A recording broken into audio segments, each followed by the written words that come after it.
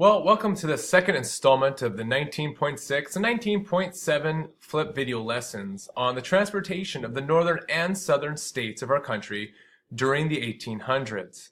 The previous video for 19.6 focused on the transportation in the northern states. The video that you're about to watch now for lesson 19.7 focuses more on how the southern states view transportation. Now remember, as there was an extra credit question on Edmodo, that dealt with should the federal government help pay for transportation in the various states.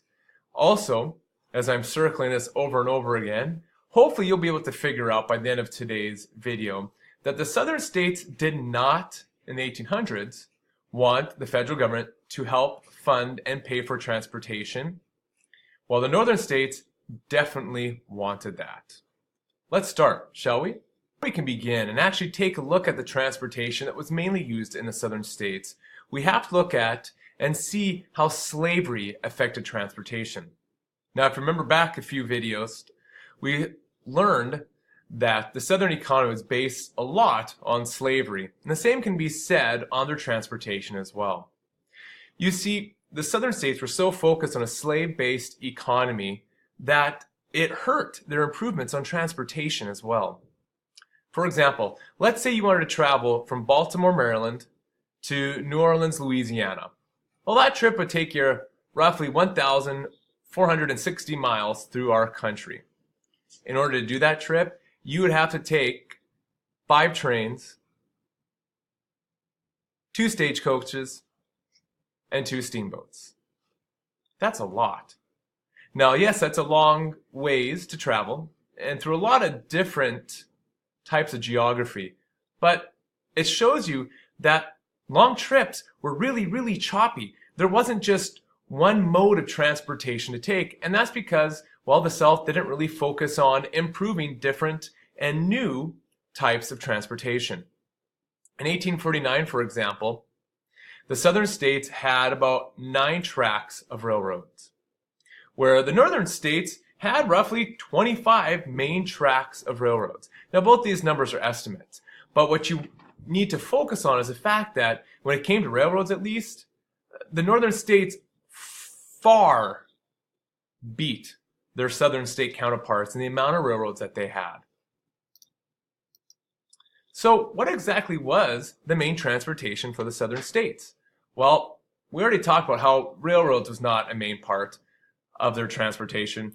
In fact, the southern states had roughly 35% of all the railroads in the country. Not very much at all. The way to transport goods in the southern states was through water transportation. Now, if you remember back when we learned about the geography of the southern states, you should remember that the rivers in the southern states were very wide and slow rivers, and they did not have a lot of turns. That's because there really wasn't any mountainous terrain to make the rivers steep and narrow. So this was perfectly ideal for boats, specifically for the steamboats that were being created and used courtesy of the Industrial Revolution. Now, some of the main rivers that were used were the Mississippi River, which you can see right here. There was also the Alabama River, which you can see right here on the map. The Apalachicola, oh boy, and I know I butchered that one. There was the Flint River and the Chattahoochee River, which you can see the Chattahoochee River right here. So these were some of the main rivers that were used in transporting the various items that the southern plantations created, which was what again? I didn't hear you say it. Come on, say it a little louder. Come on, say it loud enough so that people around you can hear what the South created. Hopefully you said cotton, because the focus was to get the cotton out of the plantations into the markets that would turn the cotton into cloth and other various textiles. Also, this river transportation was used in the slave trade as well. I mentioned just moments earlier, the advent of steamboats made this travel on the rivers even easier, whether you're doing the steamboat with the current or against it. For example, to go from New Orleans to St. Louis, Missouri. Oh boy, Missouri. I have in-laws who are from that area. Before steamboats, it took 4 months. And that was only one way. Whereas with the steamboat, it only took 3 days to go from St. Louis to New Orleans. Now, I don't have written down the amount of miles that was, but regardless, to go a one-way trip from 4 months to 3 days, that's crazy. That's very huge. Now, with these waterways, it was found that cities started to be built at the mouth of the rivers as well. So these cities became major ports to ship the goods from the plantations to their markets either in Europe or to the northern cities in the northern states.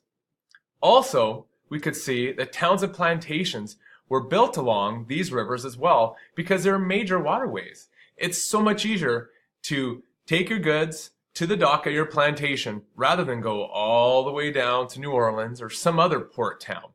The boat could stop right at your house, pick up your stuff, and keep going down the river. Oh, here we go. So, what were the Southerners' views on the railroads? Because again, the railroad was a huge part of the northern states' transportation. Well, when it came to the South's opinion, railroads were used mainly to maintain slavery's importance, and that was about it. Also, I mean, it would be used for other things. But if you take a look at this map of the railroads in the southeastern part of our country in 1861, what I find interesting is a lot of these railroads go to some of the bigger cities, but they also stop at some of the big rivers. So, very different from the northern railroad tracks, which go all over the place. These seem more strategic for places where there was trade, whether it was trade with cotton or other cash crops, or trading, unfortunately, with slavery. So kind of to sum it all up, for the north, the main transportation was railroads. For the south, it was rivers with steamships. Thank you for watching this flip video. If there's anything you missed, please go back through the video and rewatch it again. And on Edmodo will be the questions for you to answer. Also, don't forget there is an extra credit question on Edmodo. And hey, I'll see you in class.